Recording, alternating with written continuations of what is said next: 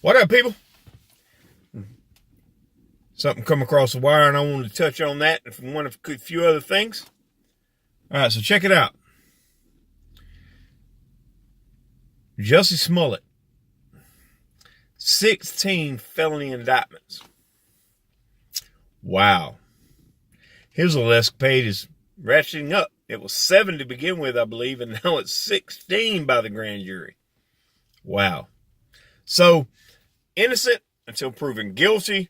We have the facts of the case already laid out. It got laid out pretty much in the court of public opinion for both sides back before we knew what exactly happened, and then whenever the police came out and told you what happened.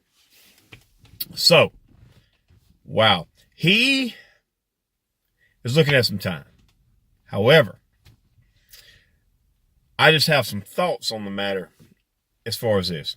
So he hired these guys for thousands of dollars, done some other shady stuff, trying to keep himself relevant, and played the victim pity card to stay on Empire. In this day and age, it would have made more sense to A, work on your acting skills to where you are relevant enough and people enjoy watching you enough that you stay on Empire.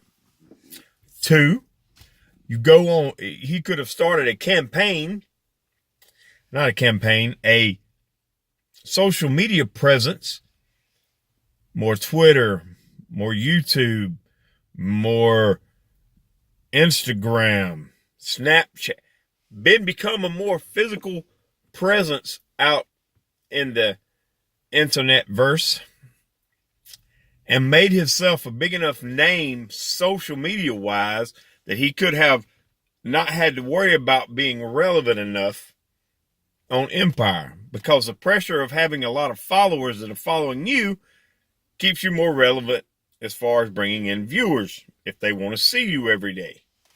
That's my take on that, because what he done and the way he done it and the way he tried to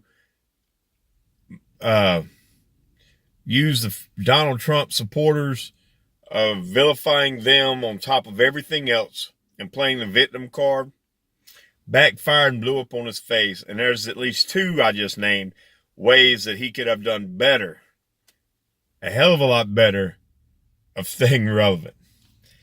All right, there's my take on that story. Now we're going to back up just a little bit and talk about R. Kelly. First of all, he got off the first time he went to court for this back in the late 90s. So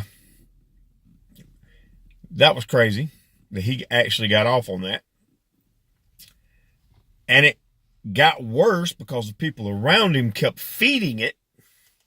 So now he's at the point that he's having interviews crying, battling, saying trying to blame parents and everybody else when you know you did it.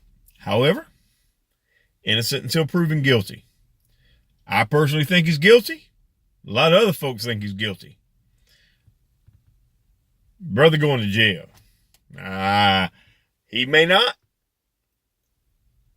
He may not. There's been at least 2 more freaking films that come out,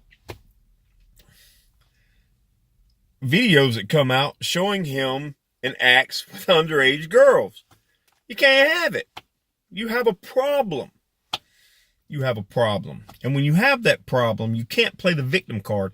Again, you can't play the victim card when you go on an interview and try to say it was everybody else's fault for what you're doing. You can't play the victim card. You can't. You just can't. In that situation, you cannot play the victim card. You did it, own up to it. If you didn't do it, you stand by and didn't do it. But when you start playing the victim card in that situation, that throws up red flags. You might as well hold a flag, big sign says, "I'm guilty, I did it." Because in court of public opinion, you're already there. And the way you acted with the interview, I can't remember her name, but the way you acted in the interview, the way he acted was just, he's guilty. If he's not, I'll never make another I'll never make another YouTube video again, because I'm just that confident that he's guilty. Now, he may not get indicted for it. He may whizzle his way out, but he's back in jail for not paying $168,000 worth of back child support. So there's that.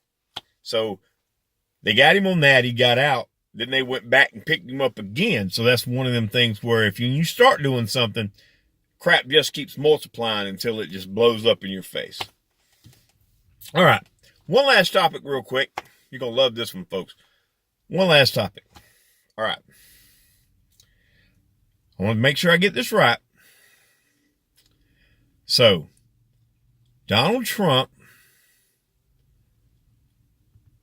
watched the Super Bowl with the ex owner of the spa in which his friend Kraft was arrested, and the other billionaires were arrested over there.